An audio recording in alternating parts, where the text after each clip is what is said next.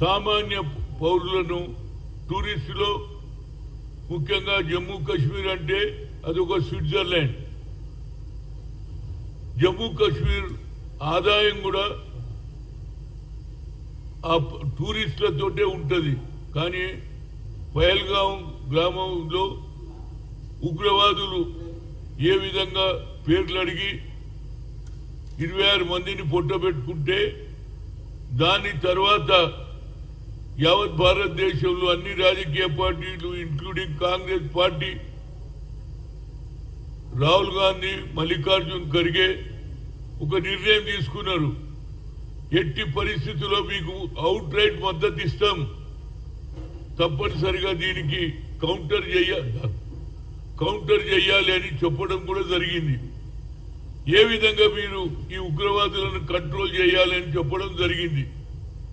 దాని తర్వాత నేను రాత్రి 1:30 పహల్గాం అనే ఇన్సిడెంట్ను పైలాకాం డిఫెన్స్ వాళ్ళు చేసేయడం జరిగింది. అంటే 9 స్థావరాలలో ఉగ్రవాదుల స్థావరాలను పేల్చేయడం జరిగింది.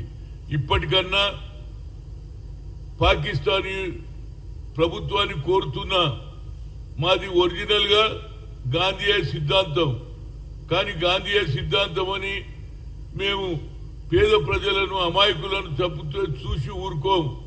దానికి ఒక నిదర్శనం మేము చూపించగలిగినాము. ఇప్పటికన్నా పాకిస్తాన్ లో ఉన్నటువంటి ప్రభుత్వం ఆలోచన చేసి ఇలాంటి పరిణామాల కంటే ఈ డిఫెన్స్ మీద కోట్ల రూపాయలు ఖర్చు చేస్తున్నారు.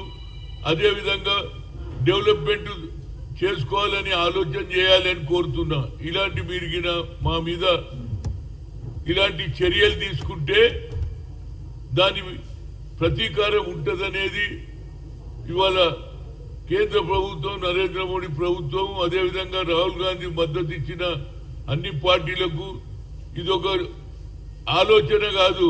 ఈ ఆలోచనను ఇంప్లిమెంట్ చేయమని అంటున్నాం. మీరు ఇదే విధంగా చేస్తే సరి అయిన జవాబు చెప్తామని చెప్పాము. ఇప్పటికన్నా మా సిద్ధాంతం అది నాన్ వైలెన్స్.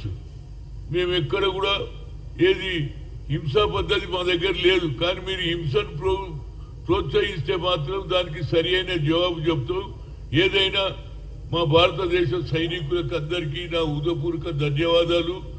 సరిగ్గా చేసి ఇన్నోసెంట్ పీపుల్ మీద ఎవరికి ఏం చేయలేదు. ఉగ్రవాదులు ఎవడైతే చంపడానికి ఉన్న ప్రయత్నం చేసి 26 మందిని చంపిన ఆ ఉగ్రవాదుల మీదనే అటాక్ చేశారు. కాబట్టి ఇక ముందన్న ఆలోచన చేసి ఈ ఉగ్రవాదం విడనాడి మీ పాకిస్తాన్ లో అభివృద్ధి చేసుకొని, డెవలప్ చేసుకొని, ఉద్యోగాలు ఇవ్వండి. మంచి భవిష్యత్తులో మా భారతదేశంలో ఏ విధంగానైతే భవిష్యత్తు ఉన్నదో అలాంటి భవిష్యత్తు మీరు కూడా చూడాలని కోరుతున్నా. కానీ మళ్ళా మీరు ఏదైనా ఏది ఉగ్రవాదాన్ని ఎంకరేజ్ చేయాలని లేనిపోని స్పీచెస్ ఇచ్చి అమాయక ప్రజలను రెచ్చగొట్టి వాళ్ళను ఉగ్రవాదంలో దించే బదులు వాళ్ళకు మంచి చదువు చెప్పి, మంచి విద్య చెప్పి, మంచి ఆహారం ఇచ్చి మీరు కూడా బాగుండాలనే కోరుతున్నాం. ఎందుకంటే భారతదేశం యునైటెడ్ ఉండే, కానీ భారతదేశం స్వరాజ్యం వచ్చిన తర్వాత వాళ్ళు సెపరేట్, వాళ్ళ కంట్రీ ముస్లింల కంట్రీ, మీరు ముస్లిం కంట్రీలుగా బాగా ఎదగండి అని కోరుతున్నాం. కానీ మా మీద ఇంకొకసారి ఇలాంటి ప్రతాపం చూపిస్తే తప్పనిసరిగా దానికి ప్రతీకారం ఉంటుంది. అది ముఖ్యంగా జరిగిన సంఘటన మీద అందరూ యావత్ ప్రపంచంలో అందరూ కూడా దీన్ని తప్పని చెప్పారు. పాకిస్తాన్ కు మద్దతు కావాలని అన్ని దేశాలను అడిగితే ఎవరు మద్దతు ఇవ్వలేదంటే ఈ ప్రపంచంలో ఉన్న అన్ని దేశాలు కూడా ఈ ఉగ్రవాదాన్ని ఫినిష్ చేయాలనే ఆలోచన ఉన్నది. పాకిస్తాన్ చేసింది తప్పు అని నిరూపించింది కనుకనే వాళ్ళకి ఎవరు మద్దతు ఇవ్వలేరు, ఇక ముందు కూడా ఎవరు ఇయ్యరు.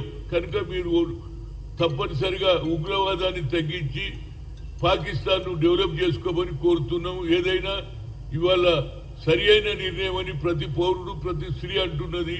ఎందుకంటే అమాయక ప్రజలను చంపాలనే ఆలోచన ఉగ్రవాదుల ఆలోచన. ఉగ్రవాదుల ఆలోచనను మీరు ఇంప్లిమెంట్ చేస్తే మీ భవిష్యత్తు, మీ పాకిస్తాన్ లో ఉన్నటువంటి ప్రజలకు ఇబ్బంది అవుతాయి. అన్ని విధాల నీళ్లు రావు, భోజనాలు రావు, అన్ని విధాల మీకు నష్టపోతారు. ఫైనల్గా లాస్ అయ్యేది మీదే, మాకేం కాదు. కానీ మీరు ప్రతీకారం తీయాలని అనుకుంటే దానికి 2 రెట్ల ఎక్కువ ప్రతీకారం తీసే ధైర్యం మా జవాన్ల పైన ఉన్నదని కోరుతున్నా. Thank you.